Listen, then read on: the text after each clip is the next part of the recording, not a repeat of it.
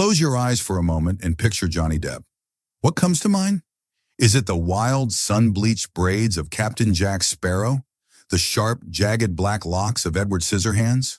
Or perhaps the effortlessly tousled waves of his early heartthrob days?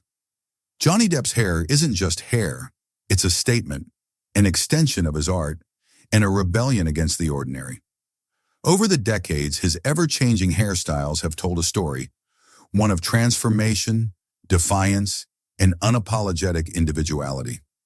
So let's embark on this journey strand by strand, unraveling how Johnny Depp's hair became as iconic as the man himself. The birth of a style rebel, 1980s, early 1990s.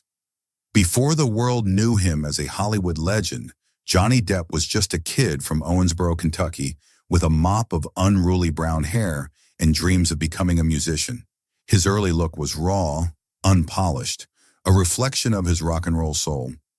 But when he landed the role of Officer Tom Hansen in 21 Jump Street in 1987, everything changed. Suddenly, he was thrust into the spotlight as America's favorite teen idol, and with that came the pressure to conform to the clean-cut, boy-next-door image.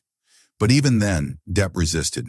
His hair, though neatly styled for the show, always had a hint of rebellion, slightly tousled, never too perfect. It was as if he was silently telling the world, "I'll play your game, but I won't lose myself in it." Off-screen, Depp's hair was even more telling. He grew it out, let it curl naturally, and embraced a bohemian aesthetic that foreshadowed the eclectic roles he'd later take on. This was the era of leather jackets, bandanas, and a carefree attitude, a prelude to the style chameleon he would become. Little did fans know, the messy-haired rebel they saw in interviews was just the beginning. The Gothic masterpiece, Edward Scissorhands, 1990. Then came Edward Scissorhands, a role that would not only redefine Depp's career, but also cement his status as a style icon. Director Tim Burton envisioned Edward as a hauntingly beautiful outcast, and Depp's hair played a crucial role in bringing that vision to life. The jet-black, asymmetrical cut, with its sharp, scissor-like edges, wasn't just a hairstyle. It was a work of art. The look was inspired by German expressionist films, giving Edward an otherworldly, almost tragic appearance. Depp later revealed that the heavy makeup and restrictive hairstyle helped him get into character, saying, "I felt like I was trapped in this shell, just like Edward." The impact of this hairstyle was seismic. Suddenly, goth and alternative fashion exploded, with fans everywhere trying, and often failing, to replicate Edward's precise, angular locks. But more importantly, it proved that Depp wasn't afraid to take risks. While other actors clung to their leading man looks, Depp was willing to distort, exaggerate, and even ugly himself for the sake of storytelling. And Hollywood took notice. The golden age of experimentation, 1990s, early 2000s. The 90s and early 2000s were a playground for Depp's hair. With each new role, he reinvented himself, proving that his versatility wasn't just in his acting. It was in his very appearance. In Benny and June, 1993, he sported a messy, unkempt mop that mirrored his character's eccentric charm. In Fear and Loathing in Las Vegas, 1998, he shaved his head into a receding hairline, complete with a wild, unhinged energy that matched Hunter S. Thompson's drug-fueled madness.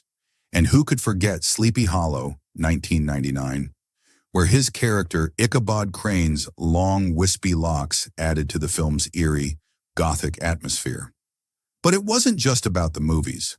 Off-screen, Depp's personal style was evolving too.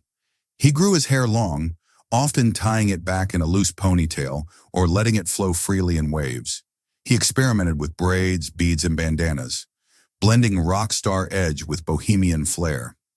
This was the era of his relationship with French singer Vanessa Paradis, and their shared love for Parisian chic and artistic expression seeped into his aesthetic. Depp wasn't just an actor anymore. He was a living, breathing work of art. The pirate who stole the world's hearts, 2003, present. And then, Captain Jack Sparrow happened.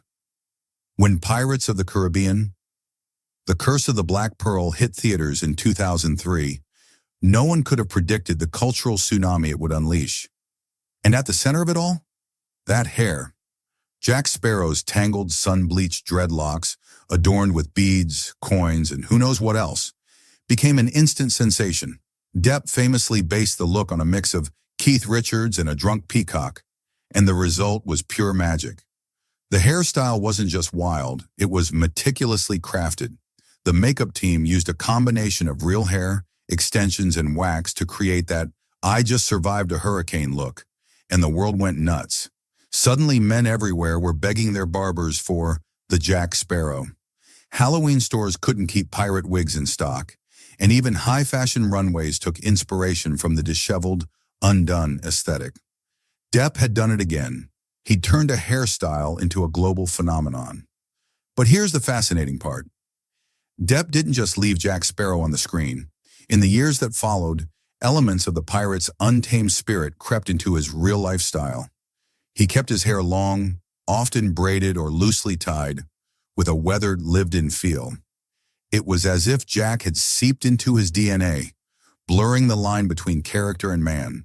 The next time you see Johnny Depp, whether on screen, in a magazine, or in your own imagination, take a moment to look beyond the actor. Look at the hair, because in those tangled braids, those sharp edges, those carefree waves, you'll find the story of a man who never stopped reinventing himself, one legendary hairstyle at a time.